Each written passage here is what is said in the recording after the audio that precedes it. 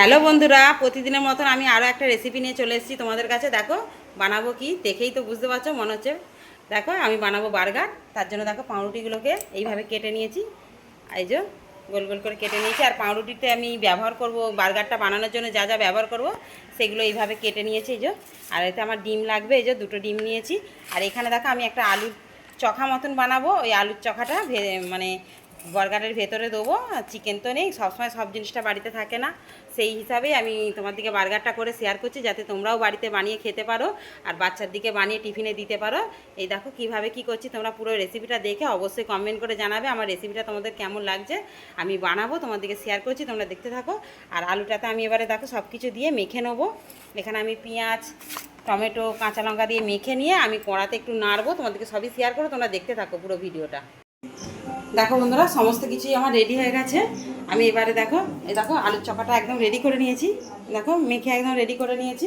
এটা আমি একটা ফ্রাই প্যান বসিয়ে দেবো, আর বসিয়ে দিয়ে দেখো আমি রেডি করে নেবো, তোমাদেরকে তাও শেয়ার করে দেবো। তোমরা পুরো রেসিপিটা দেখে নিয়ে অবশ্যই কমেন্ট করে জানাবে আমার রেসিপিটা তোমাদের কেমন লাগছে।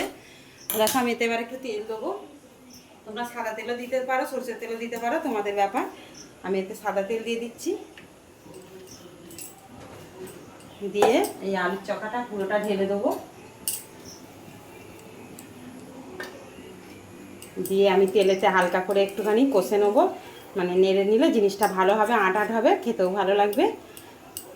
দেখো আমি এটা রেডি করি, তোমাদেরকে শেয়ার করবো, তোমরা দেখতে থাকো।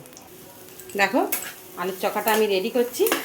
আর আমি সব কিছুই ঘরোয়া উপকরণ দিয়ে করছি, কোনো কিছু বাইরে কিনতে লাগবে না, ঘরে যা যা থাকে তাই দিয়েই হয়ে যাবে। তোমরা এইভাবে বাড়িতে বানিয়ে খাবে এবং বাচ্চার দিকেও খাওয়াবে। আর কোনো আমি সেরকম কিছু ব্যবহারও করছি না, অল্প সামগ্রী দিয়েই তৈরি হয়ে যাবে জিনিসটা। তোমরা দেখতে থাকো, পুরো ভিডিওটা দেখবে, অবশ্যই কমেন্ট করে জানাবে আমার ভিডিওটা তোমাদের কেমন লাগছে। আর যারা এখনও পর্যন্ত আমাদের চ্যানেলটা সাবস্ক্রাইব করেনি তারা কিন্তু সাবস্ক্রাইব করে নাও, তাহলে যা কিছু রান্নার রেসিপি সবই দেখতে পাবে।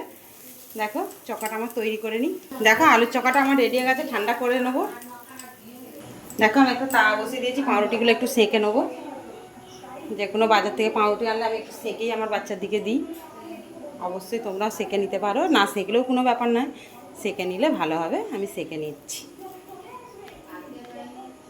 দেখো পাউরুটিগুলো সব হয়ে গেছে, নামিয়ে দেখো এখানে আমি দুটো ডিম নিয়ে নিয়েছি। আমি ডিমগুলো কীভাবে ভাজছি তোমরা দেখে নাও।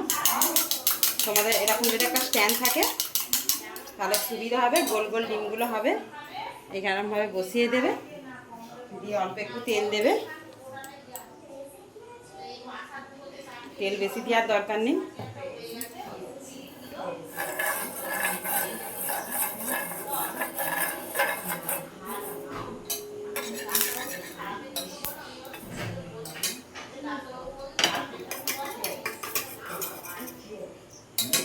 নিয়ে দেখো এইভাবে ডিমটা দিয়ে দিবে, ওই গোলের মধ্যে যাতে থাকে।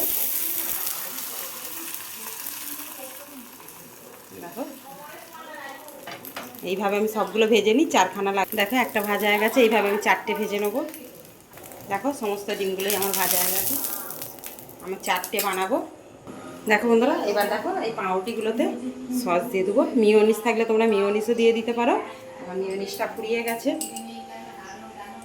মিওনিস না থাকলেও কোনো ব্যাপার নয়, বাচ্চা ভুলানোর জন্য আমি সব পাউরুটিগুলো এইভাবে লাগিয়ে নেবো। এরকম সবগুলো লাগিয়ে নিয়েছি, এবারে বানাবো, তোমার দিকে শেয়ার করো, তোমরা দেখতে থাকো। তা একদম জোর কমিয়ে দেবে, দিয়ে এইভাবে পাউরুটিটা বসাবে। এই যে আলুর চখাটা আমি যে বানিয়েছিলাম দেখো, এটা চ্যাপটা চ্যাপটা করে, এটাকে তোমরা আবার তেলে ভেজে নিতেও পারো। আমি তেলে ভাজছি নি, যত হেলদি খাবার খাওয়ানো যাবে বাচ্চাদেরকে সেটাই ভালো। এইভাবে দিয়ে দিবে। তারপরে দেখো এইভাবে দিবে শসা। আমি একটা বানিয়ে তোমার দিকে দেখিয়ে দেবো, তারপরে আমি চারটে বানাবো। এই যে এটা একটু আমি গরম করে নিচ্ছি, যেহেতু ক্যাপসিকাম একটু ভাজা হয়ে গেলে ভালো লাগবে, আমি যার জন্যই তাওয়াটা বসিয়েছি। দেখো আমি চারটেই তাওয়াতে একটু তেলেতে করে নিচ্ছি, এপিট ওপিট করে, ভালো লাগবে। যেহেতু সবুজ জিনিস একটু তেলেতে নেড়ে নিলে ভালো লাগবে। এদিকে দেখো আমি পেঁয়াজটা দিয়ে দিচ্ছি, দুখাদি পেঁয়াজ দেবো, দুটো টমেটো নেবো, আর একটা ক্যাপসিকাম নিয়ে ওটা আবার দিয়ে দেবো। দেখো একটা ক্যাপসিকাম দিয়ে দিয়েছি, দিয়ে আমি আর একটু আলু মাখা নেবো, ওপর দিয়ে দেবো। দিয়ে একটুখানি ব্ল্যাক পেপার আর নুন দিয়ে দেবো। দেখো আবার উপর দিয়ে একটু সস দিয়ে দেবো, অবশ্যই সসটা দেবে। দিয়ে একটা পাউরুটি এইভাবে দেবে, দিয়ে এইভাবে কাঠিটা গুঁজে দেবে। ব্যাস আমার একটা বার্গার রেডি হয়ে গেছে। আমি এইভাবে সবগুলো বানিয়ে নিয়ে তোমাদেরকে শেয়ার করবো। দেখো বন্ধুরা, একটা মেন জিনিস দিতেই ভুলে গেছি, ডিম। এই যে ডিমটা আমার মধ্যেখানে এইভাবে যাবে, দিয়ে এটা এইভাবে উল্টে দেবো, দিয়ে কাঠিটা দিয়ে দেবো। তোমাদেরকে আমি আরও একটা করে শেয়ার করে দিচ্ছি, তোমরা দেখে নাও।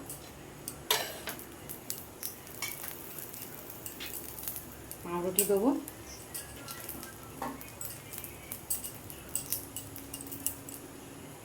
আলু মাখা দেবো, একটা ক্যাপসিকাম ভাজা, যেহেতু আমার ভাজা হচ্ছে এখনও, এই যে দিয়ে দেবো, শসা দিয়ে দেবো, পেঁয়াজ দিয়ে দেবো। অবশ্যই আমার বার্গারটা দেখে কমেন্ট করে জানাবে তোমাদের কেমন লেগেছে। টমেটো কুচি দিয়ে দেবো, ডিম দেবো, আর একটু আলু মাখা দেবো, দিয়ে ওপর দিয়ে একটু সস দিয়ে দেবো আবারও।